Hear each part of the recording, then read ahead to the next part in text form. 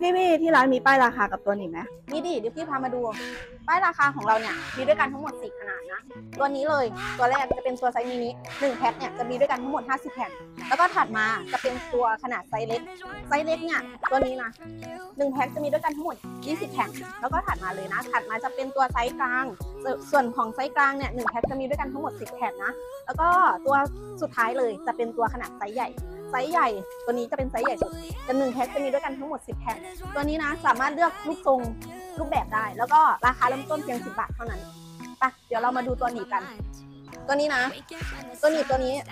นี่เลยความยาวตรงนี้จะอยู่ที่18เซนแล้วก็ความกว้างจะอยู่ที่9เซนตัวนี้สามารถหมุนได้360องศาเลยแบบนี้เลยแล้วก็ตัวนี้จะมีสีให้เลือกสามารถเลือกสีหรือทาสีกันได้เดี๋ยวเรามาดูตัวอย่างการใช้งานก็คือแบบนี้เลยตัวนี้สามารถหนีบได้ทั้ง2ด้านนะแบบนี้เลย